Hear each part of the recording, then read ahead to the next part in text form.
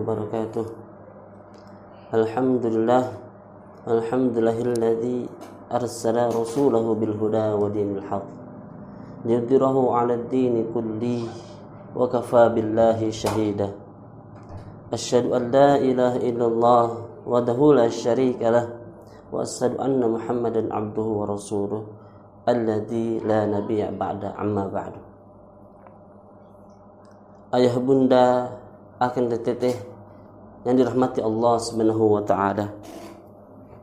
Dengan izin Allah, dengan rahmat Allah, kita hari ini dipertemukan kembali dalam acara Parade Al-Qur'an.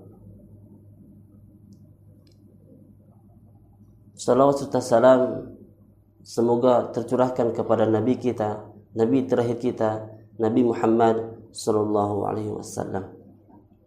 Tak lupa kepada keluarganya, sahabat, tabi'in, atba'ut tabi'in, para ulama, para kiai, serta para da'i yang terus mensiarkan ajaran Islam ke berbagai pelosok sehingga menambah saudara kita. Ayah bunda dan akang teteh yang dirahmati Allah Subhanahu wa taala.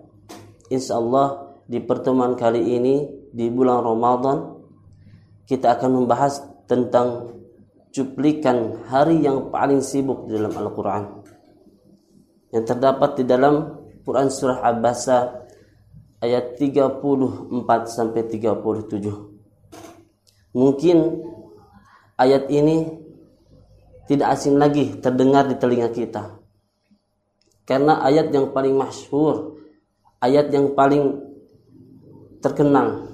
Anak kecil dari SD, dari kelas 1 sampai perguruan tinggi sudah mengenal ayat ini. Akan tetapi sedikit orang yang mengetahui makna dari ayat ini.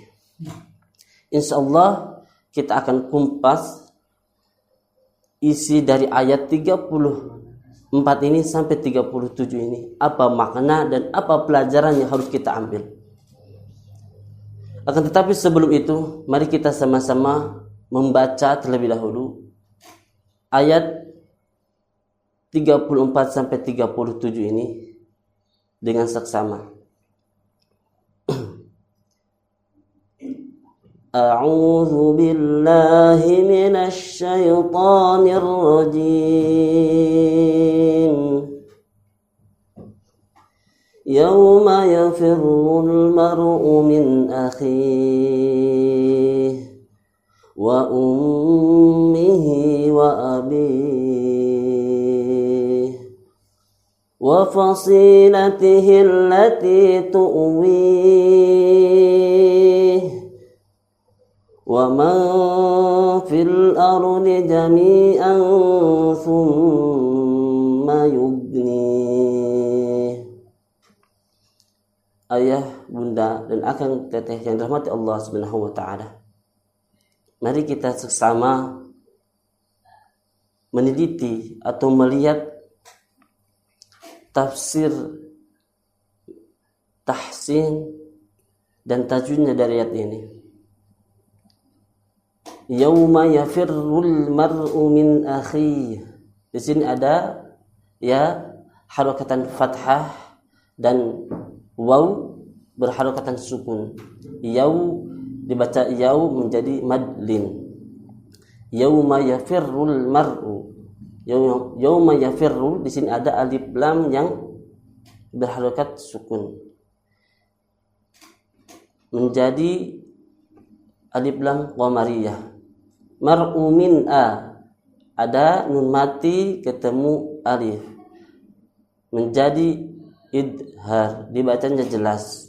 Huruf idhar ada 6 sebagaimana kemarin kita sudah sebutkan, alif, ain, ghin, ha, kha, ha. Kemudian akhi ada madari disukun. Kemudian selanjutnya wa ummi. Di sini ada mim bertasydid. Mim bertasydid hukumnya gunnah, ditahan 2 harakat. Wa ummihi wa abi.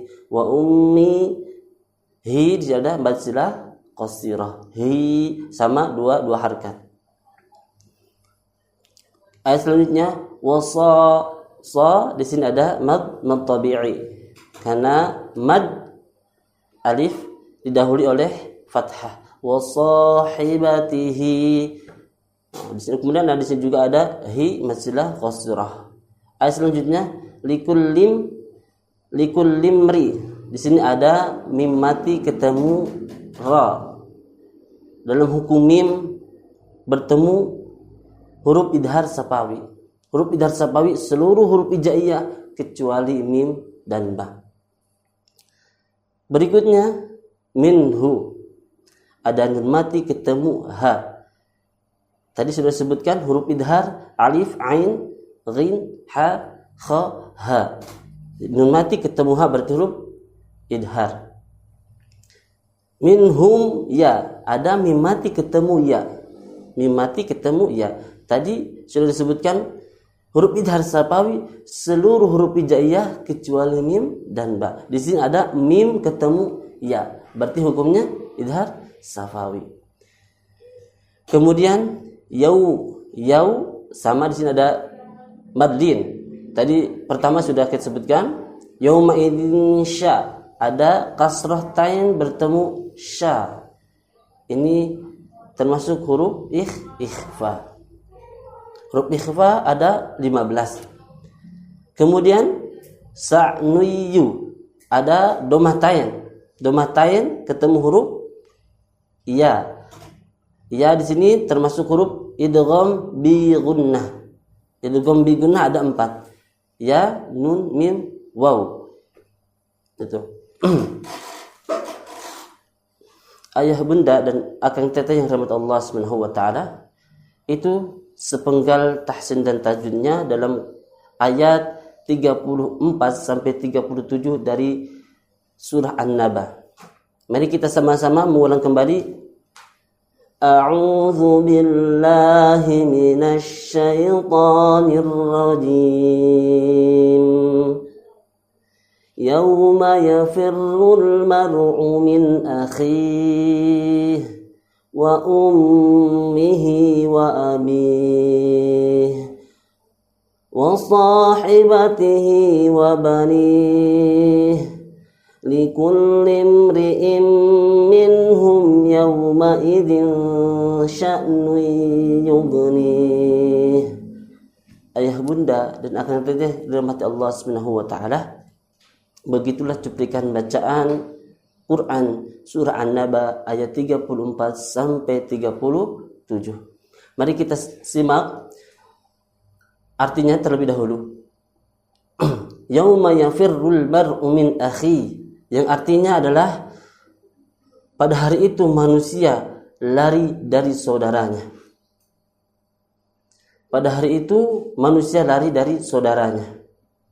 Kemudian wa ummihi wa abi, dan dari ibu dari bapaknya. Kemudian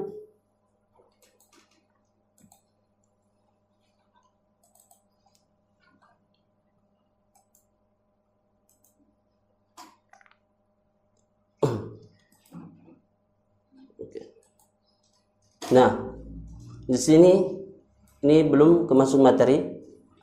Yauma yafirrul mar'u min akhi. Artinya pada hari ketika manusia lari dari saudaranya. Wa ummihi wa abi, dari ibu dan bapaknya. Wa sahibatihi wa bani, dari istri dan anak-anaknya.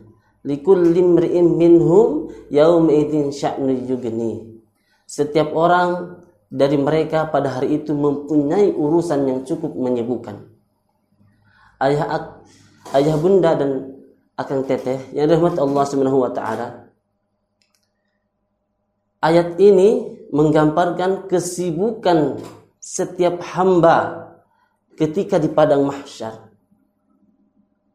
Siapapun, ayah, bunda, bapak dengan anaknya, istri dengan anaknya, semua sibuk dengan urusan masing-masing ketika di padang mahsyar itu. Dan sebagaimana kita telah ketahui bahwa suasana di padang mahsyar itu luar biasa. Salah satunya ini. Semua orang pada sibuk dengan urusan masing-masing.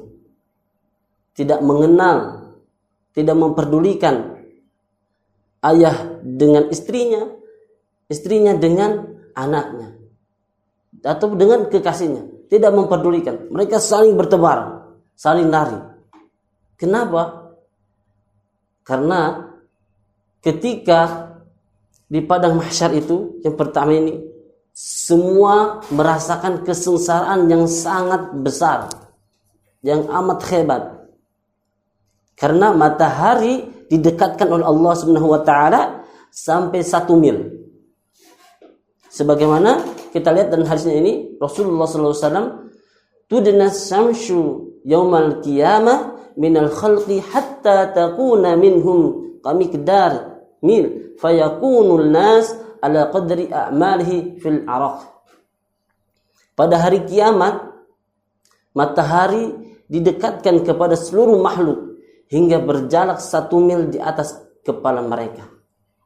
Lalu seluruh manusia akan tergenang dalam peluh mereka berdasarkan kadar amal mereka di dunia. Di dalam riwayat lain, Rasulullah SAW menyebutkan semua manusia itu akan berkeringat sampai-sampai keringatnya itu sesuai dengan kadar amalnya. Ada yang sampai lutut, ada yang sampai dada, ada yang sampai dagu. Saking panasnya matahari menyinari kita di padang mahsyar.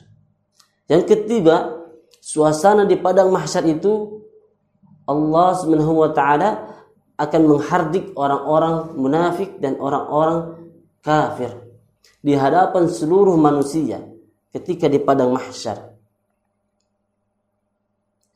Semua manusia menyaksikan orang munafik dan orang kafir dicela, dihina oleh Sang Khaliq.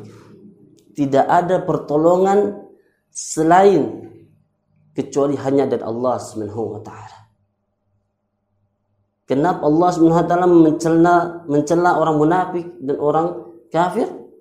Sebagaimana dalam Quran surat Al-An'am, Allah menceritakan karena orang munafik ini menduakan Allah, menyekutukan Allah dengan makhluk-makhluk yang lain. Kemudian setelah mereka tercela dan mereka mengetahui bahwa tempat mereka itu di neraka, orang munafik dengan orang kafir akan saling melempar, saling menyalahkan. Begitu, saling menyalahkan. Maka bisa dilihat kisahnya di dalam Quran surat Qaf ayat 27 sampai 29. Ayah bunda, akang dan teteh yang rahmat Allah Subhanahu wa taala. Di padang mahsyar juga Allah Subhanahu wa taala akan memberikan pertolongan kepada kita. Memberikan pertolongan kepada 7 golongan. Bagaimana? Mungkin kita mengetahui 7 golongan. Siapakah di antara 7 golongan itu? Apakah kita termasuk terhadap 7 golongan tersebut? Mari kita simak dalam hadis Abu Hurairah yang diriwayatkan Imam Muslim. An Abi Hurairah radhiyallahu anhu, an Nabi sallallahu alaihi wasallam, sab'atu yudlihumullahu fi dhillihi yawman la dhilla illa dhilluhu. Abu Hurairah radhiyallahu anhu dari Nabi Muhammad sallallahu alaihi wasallam, beliau bersabda, 7 golongan yang dinaungi Allah dalam naungannya pada hari di mana dia tidak ada naungan kecuali naungan Allah Subhanahu wa taala.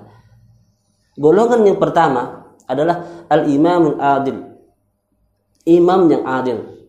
Imam yang penuh kesadaran menjalankan tugasnya sesuai Al-Qur'an dan As-Sunnah. Tidak tebang pilih hukumnya. Dan imam yang adil adalah imam ketika betul-betul memegang Al-Quran dan As-Sunnah. Yang kedua adalah wasabun nasha'a bi'ibadatillah. Seorang pemuda yang tumbuh dewasa dalam beribadah kepada Allah. Pemuda yang terus meningkatkan keimanannya, yang terus beribadah kepada Allah. Yang ketiga adalah warajulun qalbuhu mu'allaqun fi masajid. Seorang pemuda yang hatinya tergantung kepada masjid. Ini sangat langka. Ketika dia berpergian 5 menit atau setengah jam pada waktu untuk menjelang waktu zuhur atau waktu azan, dia akan pergi ke masjid menunggu waktu azan. Inilah golongan ketiga, adalah seorang pemuda yang hatinya bergantung ke masjid, terus terikat ke masjid. Ada seseorang yang ingat ke masjid itu hanya ingat ketika buang air saja, atau hanya keperluan saja, begitu. Golongan yang keempat adalah rajulani tahaba fillahi istama'a alaihi wa tafarraqu alaihi. 2 orang yang saling mencintai di jalan Allah. Keduanya berkumpul karenanya dan berpisah karenanya. 2 orang yang saling mencintai di jalan Allah, dia tidak mempersiapkan 1 tahun 2 tahun sebagian, tetapi ketika saling bertemu memang betul dia jodohnya, langsung khitbah dan insya Allah menikahi dia. Yang dimaksud dengan berpisah karena Allah di situ adalah ketika dia sudah menikah, kemudian Allah Subhanahu wa taala mencabut suaminya atau istrinya, dan suaminya ridho, karena itu adalah panggilan dari Allah Subhanahu wa taala. Kemudian golongan yang keempat adalah, golongan yang kelima adalah warajulun da'athu amra'atun datul munsibin wa jamalin faqal inni akhafullah. Seorang laki-laki yang diajak untuk berzina oleh seorang wanita yang rupawan jelita, yang mempunyai kedudukan yang luar biasa, tetapi seorang laki-laki ini menjawab qala inni akhafullah. Dia takut kepada Allah, sebagaimana kisahnya Nabi Yusuf alaihissalam. Kemudian golongan yang kelima adalah warajulun tasaddaqa bisadaqatin fa akhfaha hatta la ta'lama bishamaluhu ma tunfiqu yaminuhu. Seseorang yang bersedekah dengan satu sedekah lalu ia menyembunyikan sehingga tangan kirinya tidak tahu apa yang diinfakkan tangan kanannya. Ini hanya sebatas gambaran saja. Ayah, ibu dan akang teteh yang rahmat Allah Subhanahu wa taala.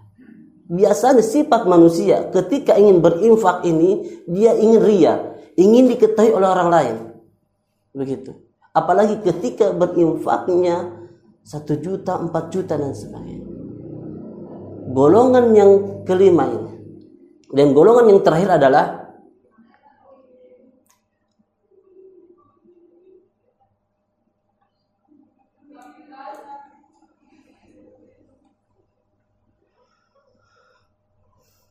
seseorang yang mengingat Allah dikala keadaan sedang sunyi sambil menangis kepada Allah Subhanahu wa taala. Seseorang meminta kepada Allah dalam keadaan sunyi. Ini identik dengan tahajud. Dengan tahajud dia bangun, melaksanakan sholat tahajud, meminta kepada Allah, curhat kepada Allah sambil mengeluarkan air mata karena saking banyaknya dosa yang ia kerjakan. Itulah 7 golongan yang nanti Allah Subhanahu wa taala akan naungi di padang mahsyar. 7 golongan. Mudah-mudahan kita, ayah bunda dan akang teteh yang rahmatullah Subhanahu wa taala, kita termasuk salah satu golongan yang dinaungi oleh Allah Subhanahu wa taala. Amin ya rabbal alamin. Itu sekilas gambaran di padang mahsyar, hari di mana yang paling sibuk bagi seluruh manusia, ayah bunda dan akang teteh rahmat Allah Subhanahu wa taala. Kemudian ada seorang hamba di kala itu paling sibuk, sangat luar biasa dibandingkan dengan nabi-nabi yang lain, bahkan manusia yang lain. Dari Nabi Adam sampai Nabi Nuh dan sebagainya, ada satu nabi yang paling sibuk mondar-mandir dari neraka ke surga, yaitu Nabi Muhammad SAW. Nabi Muhammad SAW kecintaan kepada umatnya, inilah sibuk Nabi Muhammad SAW adalah sibuk mencintai atau mencari umatnya nanti di padang mahsyar. Ya Allah. Ketika itu Nabi Muhammad SAW ditunjukkan oleh Allah, ya Muhammad, inilah surga Firdaus buat kamu. Akan tetapi Rasulullah SAW hanya terpikir dan bingung, masih ada pikiran kalau kita. Akhirnya Nabi Muhammad SAW menyatakan, ya Allah, di mana umatku, di mana umatku? Lalu Allah Subhanahu wa taala mengatakan, umatmu ada di padang mahsyar. Rasulullah langsung pergi kepada padang mahsyar menemui umatnya. Bagaimana Rasulullah SAW bisa mengenali kita? Bagaimana Rasulullah SAW bisa mengenali kita ketika di padang mahsyar? Padahal kita tidak bertemu dengan Rasulullah SAW. Di dalam hadis Rasulullah SAW berdialog dengan para sahabat.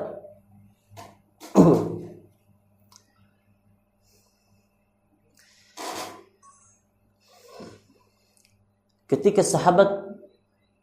Rasulullah SAW rindu kepada saudaranya, maka para sahabat menanyakan, ya Rasulullah, bukankah saya ini adalah sahabatmu? Maka kata Rasulullah SAW, antum ashabi wa ikhwatuna alladhi lam ya'tu ba'da. Antum ini adalah sahabatku, sedangkan saudara-saudaraku adalah nanti setelahku yang berpegang teguh kepada Al-Quran. Terus kata sahabat, ya Rasulullah, bagaimana bisa mengetahui nanti di padang mahsyar? Kemudian Rasulullah SAW menjawab, ara'aitu law anna rajulahu khilan urrun mahajalatun bainal dhahir hila dahahum alla ya'rifu khailahu. Ketika seseorang mempunyai kuda yang di dahinya terdapat putih dan di kakinya terdapat putih, kemudian berada di tengah-tengah kuda yang warna hitam semuanya, apakah pemiliknya akan mengetahui? Kemudian para sahabat menjawab, tentu ya Rasulullah. Nah, seperti itu Rasulullah SAW akan mengetahui umatnya bahwa dari keningnya akan kelihatan bercahaya karena mereka melaksanakan berwudu, membasuh muka. Maka ketika Rasulullah SAW sampai di padang mahsyar mencari, ya umati, karena sudah ketahuan, kelihatan, datang. Maka Rasulullah SAW sujud kepada Allah Subhanahu Wa Taala, sujud dengan yang lama. Maka Allah Subhanahu Wa Taala ketika itu, ya Muhammad, bangkitlah dari sujudmu, mintalah, insya Allah mintalah, nanti akan aku kabulkan. Apa yang kuinginkan akan aku kabulkan. Maka Rasulullah SAW menjawab, demi Allah, saya tidak akan bangkit dari sujudku sebelum engkau mengabulkan janji. Maka Rasulullah SAW mengatakan, saya umatku keadaan haus, izinkanlah saya meminumkan air telaga kepada umatku. Maka Allah Subhanahu wa taala mengizinkan Nabi Muhammad meminumkan kepada umatnya. Luar biasa. ayah bunda akan diteteh rahmat Allah Subhanahu wa taala. Ada juga umatnya yang diusir oleh malaikat. Ketika Rasulullah meminumkan airnya kepada umatnya, ada umat Rasulullah yang ditahan sama malaikat. Maka malaikat menjawab, fayaqulu innahum qad badalahu ba'daka. Ya Muhammad, si fulan ini dialah sudah merubah ajaranmu setelah kamu tidak tiada. Maka Rasulullah SAW berkata, suhkan liman badalahu ba'dan. Pergi. Orang yang telah merubah ajaranku setelah aku tiada. Maka kita memang di sini sekarang umat Nabi Muhammad, akan tetapi kalau kita merubah ajaran Nabi Muhammad, kita tidak akan mendapatkan air telaga yang dikasih oleh Rasulullah SAW. Setelah Rasulullah SAW selesai memberikan minuman kepada umatnya, maka Rasulullah SAW sujud kembali dengan sujud yang lama. Maka Allah Subhanahu wa taala, ya Muhammad, bangkitlah dari sujudmu. Apa yang kau minta, aku akan kasih. Maka Rasulullah SAW menjawab, ya Allah, selamatkanlah umatku dari sirat. Sebagaimana kita terhati perjalanan ini, umat Nabi Muhammad, kita semua akan mengetahui jalan-jalan yang termasuk sirat yang tadi. Rasulullah SAW meminta, ya Allah, selamatlah umatku dari sirat.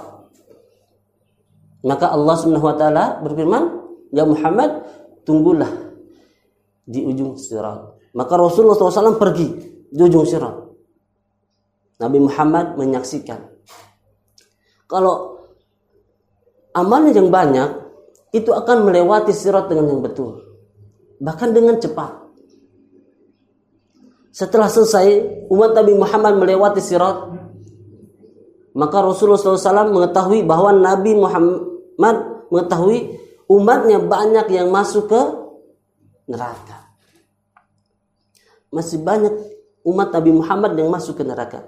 Maka Nabi Muhammad SAW mendatangi Allah dan bersujud kembali dengan sujud yang lama sambil menangis. Maka Allah Subhanahu wa taala mengatakan kembali, ya Muhammad, bangkitlah. Apa yang kau minta? Nabi Muhammad SAW, ya Allah, selamatkanlah umatku yang berada di dalam hatinya keimanan, walaupun imannya hanya sebiji kurma. Maka Allah Subhanahu wa taala mengizinkan, selamatkanlah. Rasulullah SAW maka langsung pergi ke pintu neraka. Ketika melihat umatnya habis disiksa dalam keadaan letih, dalam keadaan yang rusak, maka Nabi Muhammad SAW memeluk umatnya, kemudian mempersilahkan masuk ke dalam surga. Setelah itu Nabi Muhammad SAW pergi lagi ke arsy Allah, sujud lagi di hadapan Allah. Kata Allah Subhanahu wa taala, Muhammad, bangkitlah dari sujudmu. Kemudian Nabi Muhammad SAW meminta, ya Allah, selamatkanlah umatku yang di dalam hatinya ada iman sebesar biji jagung. Maka Allah Subhanahu wa taala mengizinkan Nabi Muhammad pergi lagi menjemput umatnya yang di dalam hatinya ada sebesar biji jagung. Keluar lagi umatnya dari neraka. Setelah selesai, Nabi Muhammad SAW pergi lagi menghadap Allah, sujud kembali. Ya Muhammad, kata Allah Subhanahu wa taala, bangunlah dari sujudmu. Kemudian Nabi Muhammad berkata, ya Allah, dengan menangis selamatkanlah umatku, walau di dalam hatinya ada keimanan sebiji sawi atau zarrah. Aku izinkan, kata Allah.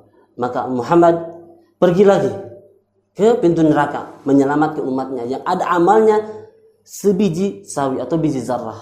Setelah selesai, Nabi Muhammad pergi lagi kepada Allah, dengan sujud yang lama dan menangis. Kemudian Nabi Muhammad SAW meminta kepada Allah Subhanahu wa taala menanyakan kepada Muhammad, "Ya Muhammad, bangunlah, bangun. Ya Muhammad, bangun dari sujud. Bukankah aku sudah membebaskan ribuan umatmu dari neraka?" Kata kata Allah Subhanahu wa taala.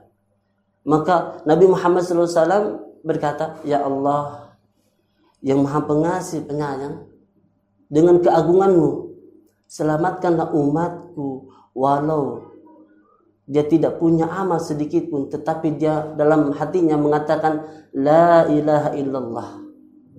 Maka Allah Subhanahu wa taala mengizinkan Nabi Muhammad pergi lagi ke pintu neraka untuk menyelamatkan umatnya yang hanya ada kalimat di hatinya yang pernah mengucapkan la ilaha illallah. Ayah bunda yang dirahmati Allah Subhanahu wa taala, begitulah kisah cintanya Rasulullah SAW kepada kita, mengalahkan cintanya kedua orang tua, mengalahkan cintanya istri kepada kita. Cinta Rasulullah SAW begitu besar kepada kita. Maka kalau ada di antara kita yang hatinya betul-betul tidak terketuk ketika Rasulullah SAW dihina, Rasulullah SAW dicaci maki, tentu ada masalah di dalam hati. Akang dan teteh yang rahmat Allah Subhanahu wa taala, itulah cuplikan hari yang paling sibuk di dalam Al-Quran. Di padang mahsyar kita akan disibukkan dengan yang luar biasa sampai lupa kepada anak dan ayah ibunya. Kemudian ada juga seorang nabi, yaitu Nabi Muhammad, yang paling sibuknya untuk menyelamatkan umatnya dari api neraka. Ayah bunda akan teteh rahmat Allah Subhanahu wa taala, itulah sepenggal ayat dari Quran surah Abasa ayat 34 sampai 37. Mudah-mudahan kita semua bisa mengambil pelajarannya dan diterapkan untuk kita. Mudah-mudahan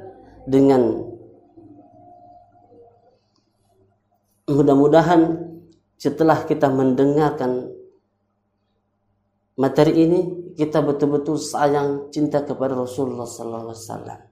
Sehingga kita diperbanyak dengan amalan-amalan sunnah, terutama di bulan Ramadan ini yang penuh berkah, Ramadan yang penuh dengan amalan-amalan yang luar biasa Allah berikan kepada kita. Ayah bunda dan rahmat Allah Subhanahu wa taala,